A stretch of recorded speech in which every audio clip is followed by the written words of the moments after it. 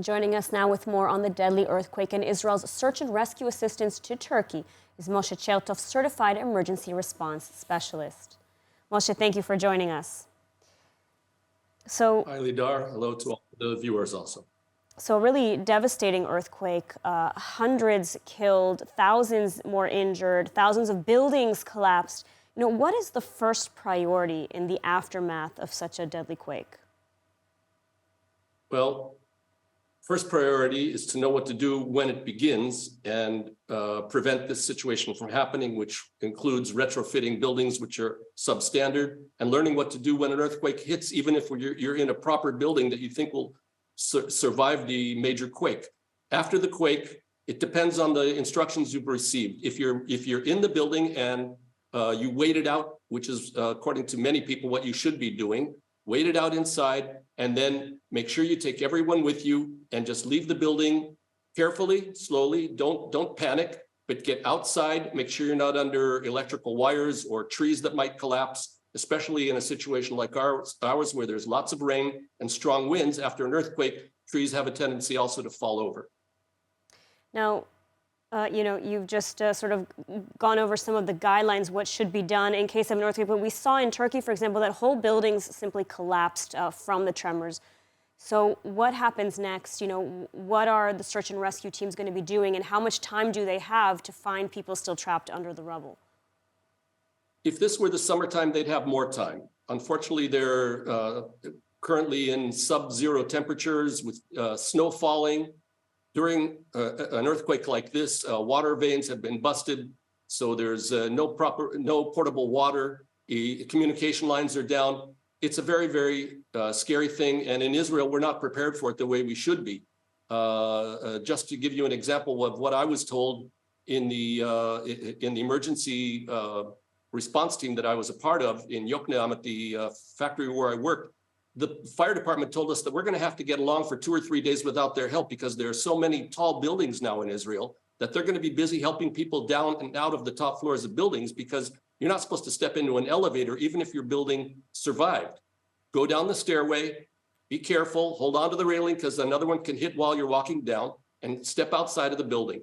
We have to remember that communications with emergency services could be down for quite a while. You might not be able to call to get an ambulance or any kind of a help or the emergency services of any kind.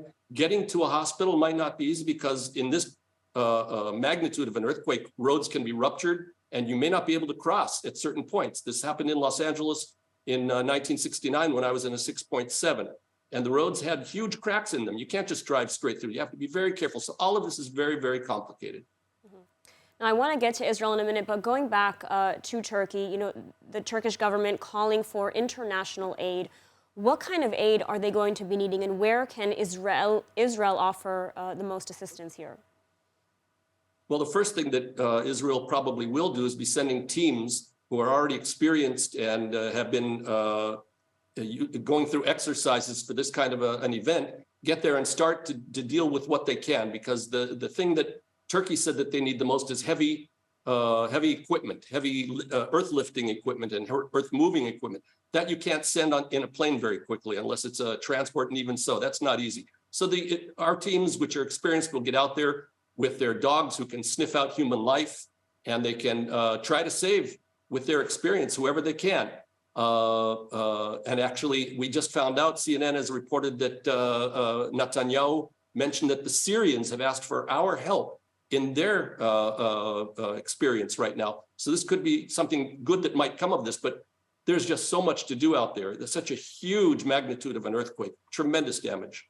Absolutely. Israel offering its assistance to both Turkey and to Syria. Now, here in Israel, we did feel the earthquake, and after seeing the devastation in Turkey, it begs the question, is Israel prepared for such a large magnitude earthquake, and what needs to be done here to ensure that we don't see this level of destruction and loss of human life? Well, I was prepared before the long round of elections that we had to speak before the Knesset Security and Foreign Affairs Committee to plead my case and regress to the instructions we gave to the Israeli public. We used to say, like the rest of the world, especially those in what's called the Pacific Rim or the rim of fire, drop cover, hold. In Israel, we canceled that 7 years ago and told everyone to leave buildings. I questioned that. I wrote the Washington State Emergency Department, and they told me, even if you're sure that a building is going to collapse, stay in the building, get under something which is very strong, like a table or even chairs or anything, and hold on to it until the quake is over. Then leave the house. Because what happens is in an earthquake, people don't get swallowed up by the earth. They get hit by flying objects, which are not really flying, just the shelf with the wall moved, but the thing that was on it stayed there and it hits people. A young lady, a young girl, 5 years old, died 200 yards from me in Los Angeles because a huge clock smashed her in the head. So if you're down low, your chances of getting hit by something flying are far less. Well, I would never tell anybody to try anything. Let's hope that we won't have to experience that here in Israel. Moshe Chertoff, thank you so much for your time today. You're welcome. Thank you for having me.